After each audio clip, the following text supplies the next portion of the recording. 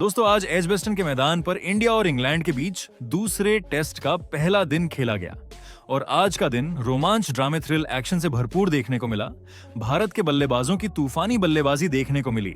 तो ऐसे में आज हम आपको इस वीडियो में बताएंगे आज के दिन का पूरा रोमांचक हाइलाइट्स।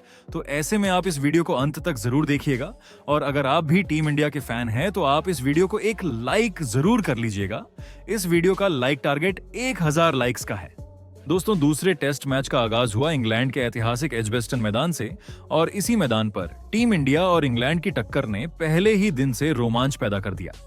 भारत ने टॉस जीतकर पहले बल्लेबाजी करने का फैसला किया, जो दिखाता है कि कप्तान और टीम मैनेजमेंट पिच की कंडीशन को लेकर आत्मविश्वास में थे। लेकिन सबसे पहले बात करते हैं टीम इंडिया की प्लेइंग 11 की। आज के मुकाबले में 3 बड़े बदलाव देखने को मिले। करुण नायर, शार्दुल ठाकुर और जसप्रीत बुमराह को टीम से बाहर किया गया। बुमराह को इस मुकाबले के लिए आराम दिया गया, जो थोड़ा चौंकाने वाला जरूर था, लेकिन लंबे सीजन को देखते हुए यह एक रणनीतिक निर्णय माना जा सकता है। इनकी जगह टीम में शामिल किए गए ध्रुव जुरैल, नीतीश कुमार रेड्डी और अर्शदीप सिंह। वहीं इंग्लैंड की टीम के लिए सबसे बड़ी खबर थी जोफ्रा आर्चर की वापसी। चोटों से जूझने के बाद एक लंबे समय बाद आर्चर को टेस्ट टीम में खेलते देखना हर क्रिकेट प्रेमी के लिए खुशी की बात थी। जिसके बाद टीम इंडिया के लिए ओपनिंग करने उतरे भारत की ओर से 2 बेहतरीन बल्लेबाज केएल राहुल और यशस्वी जायसवाल। दोनों बल्लेबाजों पर एक ठोस और स्थिर शुरुआत देने की जिम्मेदारी थी और उन्होंने शुरुआत में वही किया। शुरुआती ओवरों में इंग्लैंड के गेंदबाजों को पिच से अच्छी खासी स्विंग और बाउंस मिल रही थी। आर्चर और क्रिस वॉक्स ने बेहतरीन लाइन लेंथ से भारतीय ओपनर्स को परेशान करने की भरपूर कोशिश की, लेकिन केएल राहुल और यशस्वी जायसवाल ने काफी धैर्य दिखाया। उन्होंने बाहर जाती गेंदों को बखूबी छोड़ा और अंदर आती गेंदों पर सॉलिड डिफेंस किया। पहले 10 ओवर तक स्कोरबोर्ड थोड़ा धीमा जरूर था। टीम इंडिया के खाते में सिर्फ 25 रन थे, लेकिन विकेट सुरक्षित थे। इसके बाद धीरे धीरे भारत की पारी ने रफ्तार पकड़ी। यशस्वी जायसवाल अब अपने असली अंदाज में आ चुके थे। बेन स्टोक्स के एक ओवर में उन्होंने लगातार 3 चौके जड़ दिए, एक खूबसूरत कवर ड्राइव, एक दमदार स्ट्रेट ड्राइव और फिर एक शानदार पुल शॉट। पूरे मैदान में भारतीय फैंस खुशी से झूम उठे। केएल राहुल भी पीछे नहीं रहे। उन्होंने अपनी क्लासिक टेक्निक के दम पर बाहर की गेंदों को बखूबी टाइम किया और शानदार कवर ड्राइव से चौके लगाए। टीम इंडिया का स्कोर अब 50 रन के पार पहुंच चुका था और ऐसा लग रहा था जैसे भारत एक बड़े स्कोर की ओर बढ़ रहा है। लेकिन क्रिकेट की खूबसूरती यही है कि ये खेल कभी भी रुख बदल सकता है। सेशन के आखिरी कुछ ओवर बचे थे और इंग्लैंड को अब तक कोई विकेट नहीं मिला था, लेकिन तभी जोश टंग ने यशस्वी जायसवाल को एक बाहर जाती गेंद पर बीट किया और स्लिप में एक बेहतरीन कैच के साथ इंग्लैंड को पहली सफलता मिली। जायसवाल ने 41 रनों की उपयोगी पारी खेली, जिसमें 6 शानदार चौके शामिल थे। उनके आउट होने के बाद नंबर 3 पर बल्लेबाजी करने आए साई सुदर्शन, जो हाल ही में शानदार फॉर्म में दिखे हैं। हालांकि उनके पास सेशन खत्म होने तक ज्यादा गेंदें नहीं थीं, लेकिन उन्होंने केएल राहुल के साथ मिलकर बचे हुए 3 ओवर संभालकर खेले और कोई और विकेट नहीं गिरने दिया। पहले सेशन के अंत में टीम इंडिया का स्कोर था 84 रन पर 1 विकेट। केएल राहुल 31 रन पर नाबाद थे और साई सुदर्शन 4 रन पर नाबाद क्रीज पर थे। कुल मिलाकर पहले दिन का पहला सेशन संतुलित रहा। भारत ने शुरुआती मुश्किल परिस्थितियों को बखूबी संभाला, विकेटों की कीमत को समझा और बाद में मौका मिलते ही रन भी बनाए। इंग्लैंड की गेंदबाजी में धार तो थी, लेकिन भारतीय बल्लेबाजों का संयम काबिल-ए-तारीफ रहा। अब बारी थी दोपहर के सेशन की, जिसके बाद जैसे ही लंच ब्रेक खत्म हुआ, एक बार फिर मैदान पर लौटे टीम इंडिया के 2 खतरनाक बल्लेबाज केएल राहुल और साई सुदर्शन। पहले सेशन में एक मजबूत नींव रख चुके दोनों बल्लेबाजों के इरादे अब और भी ज्यादा साफ नजर आ रहे थे। अब समय था उस नींव पर मजबूत इमारत खड़ी करने का।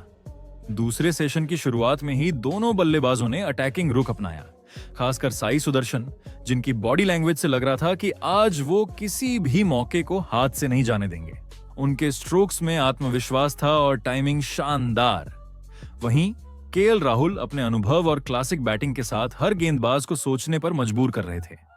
भारत का स्कोर जल्द ही 100 रन के पार पहुंच गया और अब दबाव शिफ्ट हो चुका था इंग्लैंड की ओर, क्योंकि पिच अब थोड़ी सूख चुकी थी और आसमान से निकलती धूप बल्लेबाजों के लिए अनुकूल माहौल बना रही थी। गेंद अब उतनी मूव नहीं कर रही थी जितनी पहले सेशन में कर रही थी। केएल राहुल ने जैसे ही ये महसूस किया, उन्होंने इंग्लैंड के स्पिनर सोहेब बशीर पर धावा बोल दिया। एक ही ओवर में उन्होंने 4 अलग अलग दिशाओं में चौके लगाकर दर्शकों को झूमने पर मजबूर कर दिया। कोई कवर ड्राइव, कोई स्वीप, कोई स्ट्रेट शॉट, हर एक शॉट में क्लास झलक रही थी। उसी ओवर में उन्होंने अपना अर्धशतक भी पूरा कर लिया और भारत की कमान पूरी तरह से अपने हाथ में ले ली। दूसरी तरफ साई सुदर्शन भी अब पूरे फॉर्म में आ चुके थे। राहुल के साथ उनकी अर्धशतकीय साझेदारी पूरी हुई और ऐसा लग रहा था जैसे दोनों बल्लेबाज इस पिच पर किसी तरह का खतरा महसूस नहीं कर रहे थे। साई की फुटवर्क और राहुल की तकनीक ने इंग्लैंड के गेंदबाजों को पूरी तरह से बैकफुट पर डाल दिया था। लेकिन तभी मैच ने एक बार फिर करवट ली। बेन स्टोक्स, जो अपनी चालाकी और माइंड गेम्स के लिए जाने जाते हैं, उन्होंने साई सुदर्शन के खिलाफ एक ट्रैप बिछाया। उन्होंने फील्ड में लेग स्लिप लगाया और गेंद को उसी दिशा में पिच कराया जहां से बैट से लगकर गेंद बेन डकेट के हाथों में समा गई और बस टीम इंडिया को मिला दूसरा झटका। साई सुदर्शन ने 40 रन की शानदार पारी खेली।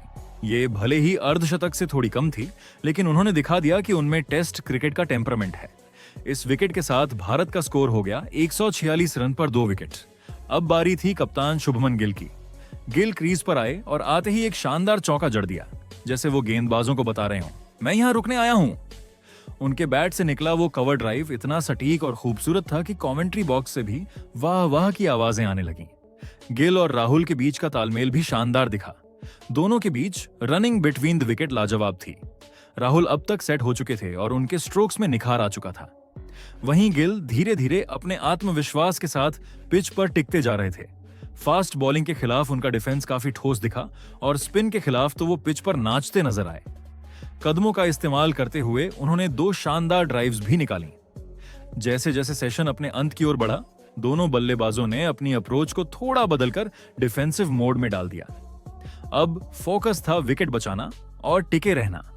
सिंगल डबल लेकर स्कोर को आगे बढ़ाया और किसी भी तरह का अनावश्यक रिस्क नहीं लिया।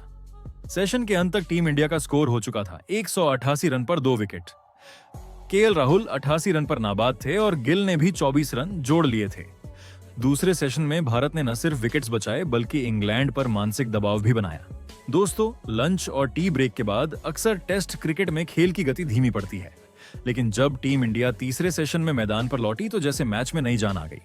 केएल राहुल और शुभमन गिल ने जिस इरादे से बैटिंग शुरू की, वो साफ बता रहा था अब इंतजार नहीं, अब वार होगा। टी ब्रेक के तुरंत बाद भारत के इन दोनों सेट बल्लेबाजों ने इंग्लैंड के गेंदबाजों पर काउंटर अटैक शुरू कर दिया। मैदान में माहौल अचानक से बदल गया था। दर्शकों की आवाजें तेज हो गई थीं और गेंदबाजों के माथे पर पसीना। दोनों बल्लेबाजों ने मिलकर पहले तो टीम इंडिया का स्कोर 200 रन के पार पहुंचाया और साथ ही अपनी पार्टनरशिप को अर्धशतक में तब्दील कर दिया। अब बारी थी इंग्लैंड के गेंदबाजों को तोड़ने की और शुभमन गिल ने जिम्मेदारी ली। उन्होंने टारगेट बनाया युवा स्पिनर सोहेब बशीर को। हर ओवर में या तो चौका या 2 रन, कुछ न कुछ तो निकल ही रहा था। दूसरी तरफ केएल राहुल अपनी क्लासिक अंदाज में टिके हुए थे, सिंगल डबल लेते हुए और जैसे ही डीली गेंद मिलती उसे बाउंड्री में तब्दील कर देते। तीसरे सेशन के पहले 10 ओवर में ही भारत ने लगभग 5 रन प्रति ओवर की दर से रन बटोरे, जो कि टेस्ट मैच के हिसाब से तेज रफ्तार मानी जाती है। जैसे ही रन गति तेज हुई, वैसे ही वो पल भी आ गया जिसका हर भारतीय फैन को इंतजार था, केएल राहुल का शतक। राहुल ने बड़ी ही शालीनता से एक शानदार कवर ड्राइव खेला और राहुल ने बल्ला हवा में उठाकर अपनी सेंचुरी पूरी की। स्टेडियम तालियों से गूंज उठा। ड्रेसिंग रूम में खड़े खिलाड़ी भी उन्हें सलाम कर रहे थे। यह राहुल की तरफ से टेस्ट क्रिकेट में एक और बेहतरीन पारी थी। संयम, क्लास और अटैकिंग माइंडसेट का परफेक्ट मिश्रण। लेकिन राहुल के शतक के ठीक अगले ही ओवर में शुभमन गिल ने भी कमाल कर दिया। उन्होंने एक शानदार बैकफुट पंच लगाकर अपना अर्धशतक पूरा किया। दर्शकों की तालियों ने एक बार फिर माहौल में रोमांच भर दिया। अब स्कोर 250 रन के पार जा चुका था और इंग्लैंड के गेंदबाजों के पास कोई जवाब नहीं था। भारत की पकड़ मैच पर मजबूत हो रही थी, लेकिन क्रिकेट में एक पल सब कुछ बदल सकता है। इंग्लैंड को विकेट की दरकार थी और एक बार फिर कप्तान बेन स्टोक्स ने टीम को वो सफलता दिलाई। स्टोक्स ने राहुल को फंसाया एक शॉर्ट बॉल ट्रैप में। राहुल बड़े शॉट की कोशिश में गेंद को डीप में मार बैठे, लेकिन बाउंड्री पर खड़े फील्डर ने बेहतरीन कैच पकड़ लिया और इस तरह एक 109 रन की शानदार पारी के बाद राहुल को पवेलियन लौटना पड़ा। इस पारी में उन्होंने 15 चौके और एक शानदार छक्का लगाया। अब बल्लेबाजी करने आए टीम इंडिया के उपकप्तान और फैंस के चहेते ऋषभ पंत। पंत ने आते ही अपने इरादे साफ कर दिए। शुरुआती 2-3 गेंदों पर भले ही उन्होंने वक्त लिया, लेकिन फिर उन्होंने वही किया जिसके लिए वो जाने जाते हैं, आक्रामक बैटिंग। सोहेब बशीर के ओवर में उन्होंने 2 छक्के और 1 चौका जड़ दिया। मैदान में सन्नाटा पसर गया, फिर गूंज उठी तालियों की आवाज और पंत के नारे। अब गिल और पंत दोनों क्रीज पर थे। एक तरफ तकनीक और संतुलन का प्रतीक शुभमन गिल और दूसरी तरफ तूफान की तरह बरसते ऋषभ पंत। दोनों ने मिलकर टीम इंडिया के स्कोर को 300 रन के पार पहुंचा दिया। इंग्लैंड के गेंदबाज थके हुए और हताश नजर आ रहे थे। कप्तान स्टोक्स हर दिशा से गेंदबाज बदल रहे थे, फील्डिंग में फेरबदल कर रहे थे, लेकिन भारतीय बल्लेबाजों को रोकना मुश्किल हो रहा था। शुभमन गिल ने भी अब संभल कर लेकिन प्रभावी खेल जारी रखा। खराब गेंद मिलने पर वह पीछे नहीं हटे और चौकों से दर्शकों का मनोरंजन करते रहे। वहीं पंत का अंदाज तो जैसे मैदान को झुलसा रहा था। उनकी बैटिंग देखकर एक बार को लगने लगा कि यह टेस्ट मैच नहीं बल्कि T20 मुकाबला हो। दिन का खेल अपने अंतिम पड़ाव पर था, लेकिन पंत ने अपनी आक्रामकता कम नहीं की। उनका बल्ला लगातार रन उगल रहा था। दूसरी ओर गिल का संयम भी देखने लायक था और जब स्टंप्स की घड़ी आई तब टीम इंडिया के स्कोर बोर्ड पर चमक रहे थे 332 रन 3 विकेट के नुकसान पर। केएल राहुल के आउट होने के बाद जो मंच तैयार हुआ था उसे पंत और गिल ने बखूबी संभाला। इस वक्त शुभमन गिल 74 रन पर नाबाद हैं, जबकि ऋषभ पंत 42 रन बनाकर क्रीज पर डटे हुए हैं। तो दोस्तों, अब सबसे बड़ा सवाल यह है कि क्या भारत यहां से 500 तक का स्कोर खड़ा कर सकता है? क्या पंत बनाएंगे शतक? क्या गिल अपनी कप्तानी पारी को 3 अंकों में बदलेंगे? अपनी राय हमें कमेंट में जरूर बताइए।